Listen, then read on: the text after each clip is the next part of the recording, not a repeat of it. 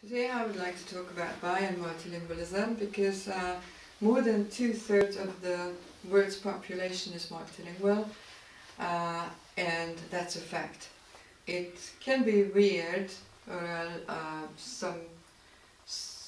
a bit shocking for people on the northern hemisphere of the globe, because monolingualism was for a long time the dominating norm on the northern hemisphere, but it's true only for the northern hemisphere of the globe. What we can experience in Europe or North America, the situation is totally different on the southern hemisphere, where multilingualism is absolutely widespread. In the northern hemisphere, monolingualism has become the norm as a result of different political ideologies, because of the one nation, one language, one culture ideology when the nation states were formed, were established. And that was the norm. If a person was born in a country which had a culture and which had a language as well. However, in the southern hemisphere, in ex-colonies, multilingualism was absolutely there from the beginning of time, because tribes had their own vernaculars, their lingua francas, their official languages that they have to use. So it's not rare that a person in Africa, for example, or in South America or Southeast Asia speaks 4 or 5 languages from birth as well. In the European Union now we see 2 controversial processes. On the one hand, convergence, when we see English becoming the global language of communication all over the world, and also divergence, because the European Union enhances minority languages to be revitalized, and lesser used languages are regaining their official recognition or status in some countries. So on one hand, globalization with English; on the other hand, divergence, linguistic divergence with minority languages are appearing. But this divergence also creates multilingualism, or at least bilingualism, in the different member states. There are a lot of myths about bi and multilingualism, which we should be speaking about. Well, the first myth is that a bilingual person has to be a double monolingual person. Okay, so if you are expected to know both your languages at a perfect level, to have a perfect proficiency level in both languages, that's a myth. Nobody expects a bilingual person to speak perfectly either of the languages. The second such myth is that age is important. Many people believe that you are bilingual, you can become bilingual only if you were brought up in a bilingual family and you were exposed to both languages right from birth. The third myth is that bi and multilinguals can translate and interpret. This is not the case, simply because they don't live their lives with translation or interpretation.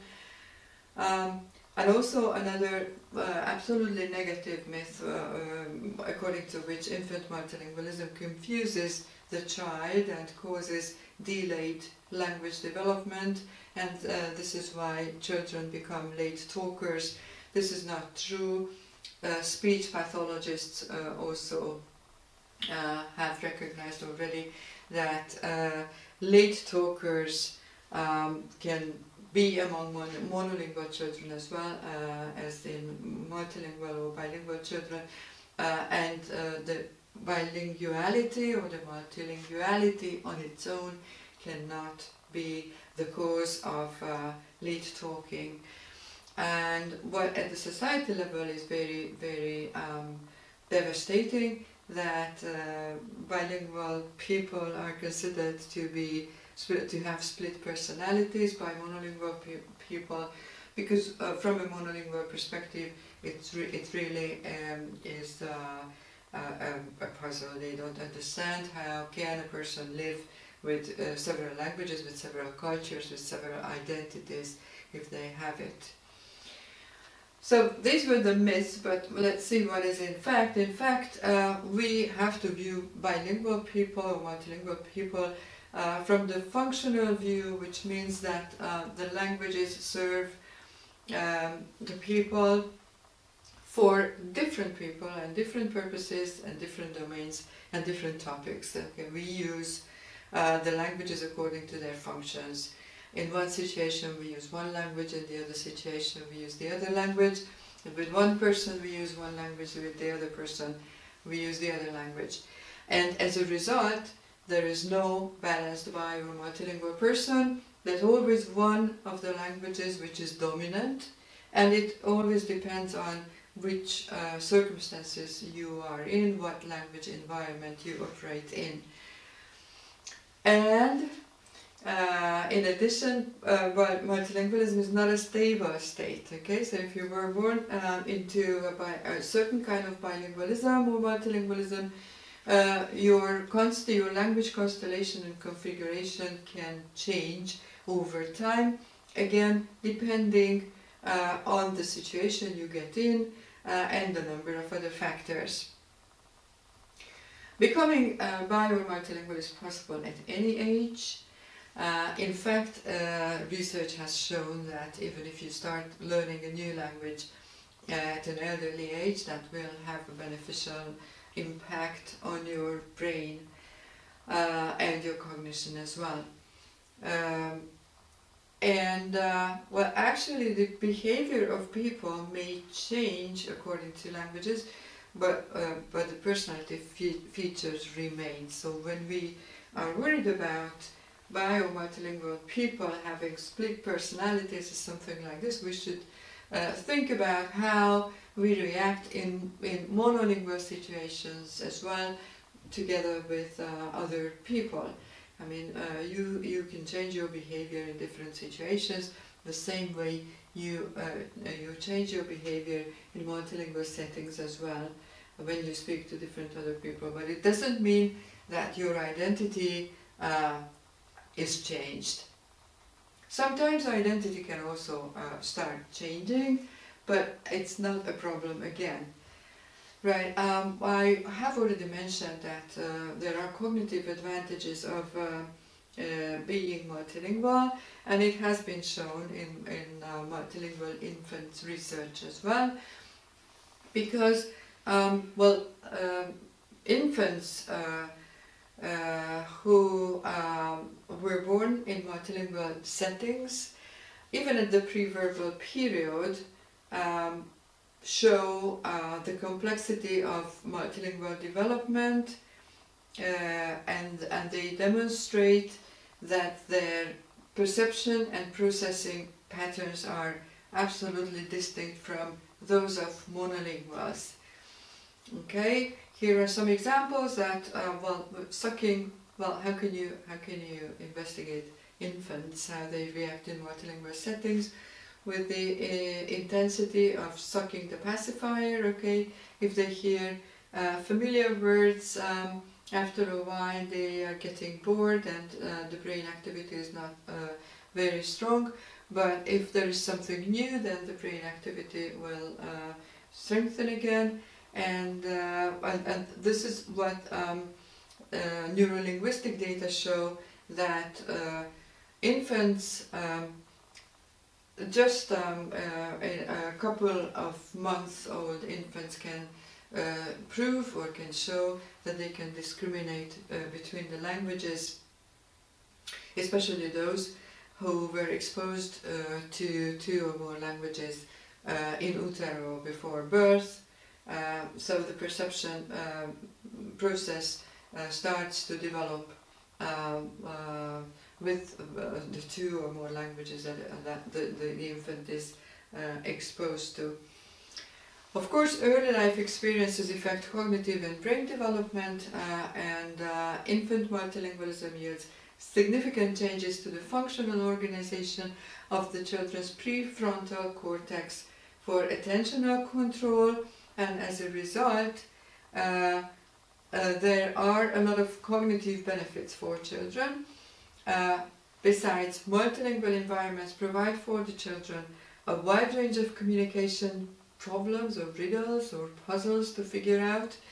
They constantly need to map up who they are talking to and what the proficiency level of the person who they are talking to is, and in what way can they code switch or get stuck to one of the languages.